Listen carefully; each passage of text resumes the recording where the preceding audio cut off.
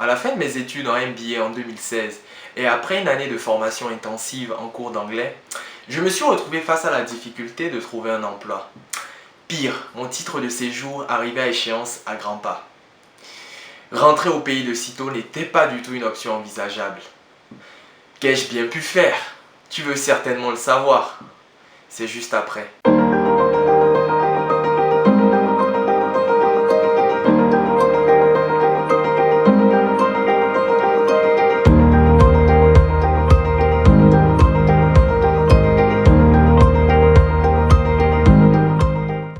L'histoire dont je te parle se déroule durant la période 2016-2018. J'avais terminé mes études en MBA et je commençais déjà à chercher un emploi.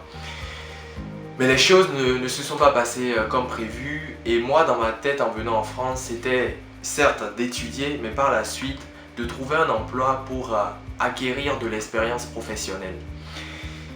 J'ai terminé ma formation, je ne trouvais pas d'emploi, j'ai décidé de faire une année intensive en cours d'anglais, histoire de corriger les différentes lacunes que j'ai constatées durant ma deuxième année de master. Et en parallèle, je pourrais me dégager assez de temps pour pouvoir participer aux sessions de recrutement et postuler de droite à gauche à différentes opportunités en commerce international. Finalement, durant l'année, j'ai pas pu trouver un emploi. À chaque fois, j'avais des refus pour le simple motif que j'avais pas d'expérience en commerce international. À la fin de cette formation en cours d'anglais, j'ai commencé à réfléchir depuis un petit moment et à prendre la décision que j'allais faire un deuxième master histoire de développer une double compétence. Parce que moi, avant de venir en France, j'avais déjà fait une licence en commerce et communication et je me suis dit pourquoi ne pas faire un deuxième master dans ce domaine. Comme ça, j'aurai une double compétence, une en commerce et marketing et communication et une autre en commerce international. La saison étant en train de débuter, moi j'avais postulé à différentes opportunités et finalement j'ai été accepté pour un poste de saisonnier à Bordeaux dans une agence de location de véhicules. Je suis allé dans cette ville, j'ai déménagé et Bordeaux c'est une ville que je connaissais déjà parce que j'avais des amis, j'étais venu visiter cette ville à plusieurs reprises et c'est une ville qui me plaisait. Donc je suis parti là-bas, j'ai commencé à faire ma saison. Et la saison était tellement intense que j'ai pas eu assez de temps pour pouvoir faire mes recherches, pour trouver une école qui correspondait à mes critères, à mes attentes. Qu'est-ce que j'ai fait? Quelques semaines avant la rentrée, j'ai décidé de postuler dans une école de commerce à Paris. Une école que je connaissais déjà et avec laquelle j'avais déjà échangé à différentes reprises lors de mon séjour à Paris. J'ai choisi le choix de la facilité. Malheureusement pour moi, les choses ne se sont pas passées comme prévu. J'ai débuté la rentrée, je me suis inscrit, j'ai fait les différentes formalités. Et ce qui m'avait surpris dans ma classe, c'est qu'on n'était pas nombreux, on était moins de 10. Et je ne comprenais pas pourquoi on était si peu. Alors que en première année de master, en quatrième année, il y avait au moins 4 promotions de 30 voire 40 étudiants. Donc j'ai commencé à discuter avec mes collègues pour comprendre la raison. Donc ils m'ont expliqué qu'effectivement ce diplôme n'est pas reconnu par l'État. Mais que le diplôme de la quatrième année par contre est reconnu par l'État. Ce qui m'avait surpris et choqué à l'époque.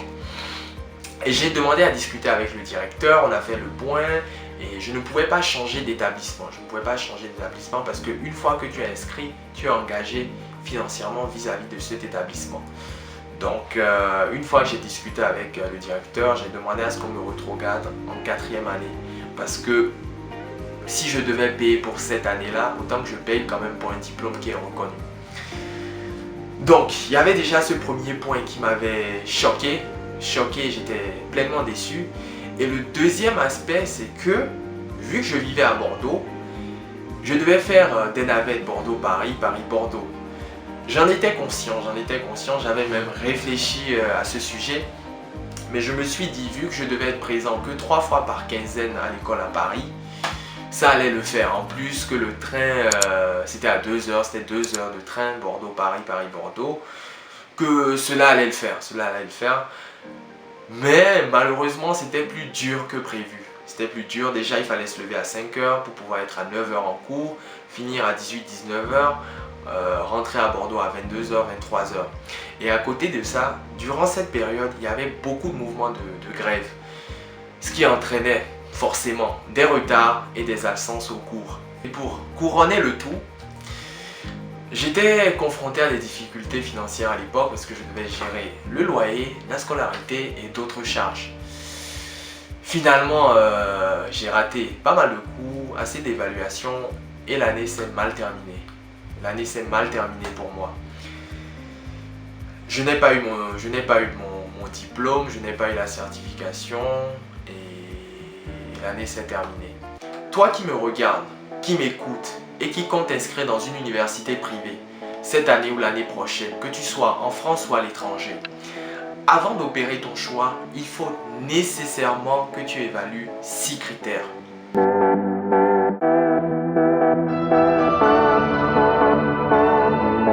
Choisis bien ta ville de formation, que ce soit en termes de loyer, en termes d'opportunités de stage ou d'emploi. Chercher un stage à Paris n'est pas la même réalité qu'à Amiens.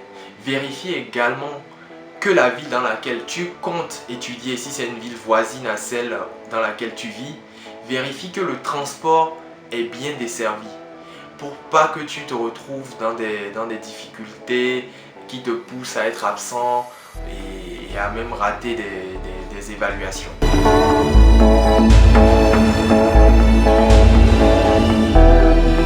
Ce n'est pas parce que tu payes cher une formation dans une université privée que le diplôme est forcément reconnu. Certains établissements ont une partie de leurs diplômes qui sont reconnus et l'autre pas du tout. Tout comme dans d'autres établissements, tu as tous les diplômes des formations qu'ils dispensent qui sont reconnus. C'est pour cela, je t'invite, cher ami, à te renseigner à travers la fiche de formation que l'établissement t'aurait fournie. De toute façon, ils ont l'obligation de t'en informer, de te dire si le diplôme est reconnu ou pas.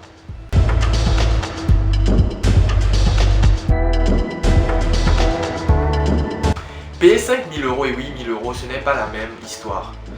Assure-toi qu'il n'y ait pas de frais annexes ou complémentaires. Assure-toi également de ta capacité de financement et surtout ne crois pas aux promesses de stage ou d'alternance des entreprises.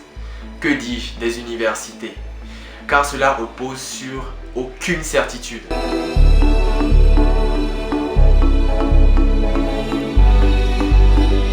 Un retour d'expérience vaut toujours mieux que de belles paroles marketing ou commerciales. C'est pour cela, cher ami, avant de t'inscrire dans une formation, dans un établissement donné, renseigne-toi à travers les avis Google et les avis sur des sites spécialisés. Tu peux même contacter les étudiants actuels de la formation pour en savoir davantage et même si tu n'es pas présent sur le territoire concerné ou dans la ville concernée, n'hésite pas à leur envoyer des petits messages à travers les réseaux sociaux pour avoir une idée de ce qui t'attend.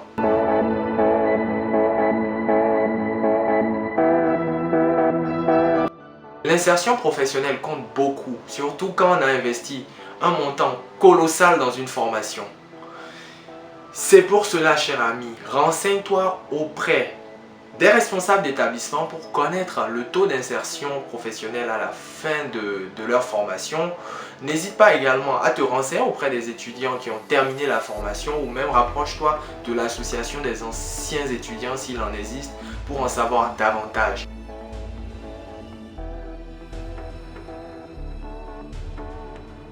Avant d'opérer le choix final concernant l'établissement et la formation, cher ami, je t'invite à faire un comparatif entre différents établissements, à voir les établissements qui proposent un plus qui pourrait être un booster dans ta carrière, un booster dans tes études.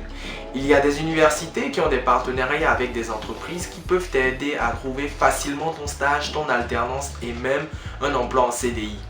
Tout comme il y a d'autres établissements qui proposent par exemple des sessions de sharing weeks pendant lesquelles tu travailles en petit groupe sur des cas pratiques, tout comme il y a d'autres établissements qui te proposent des certifications comme le TOEIC, le TOEFL en anglais qui peuvent être un booster dans ta carrière.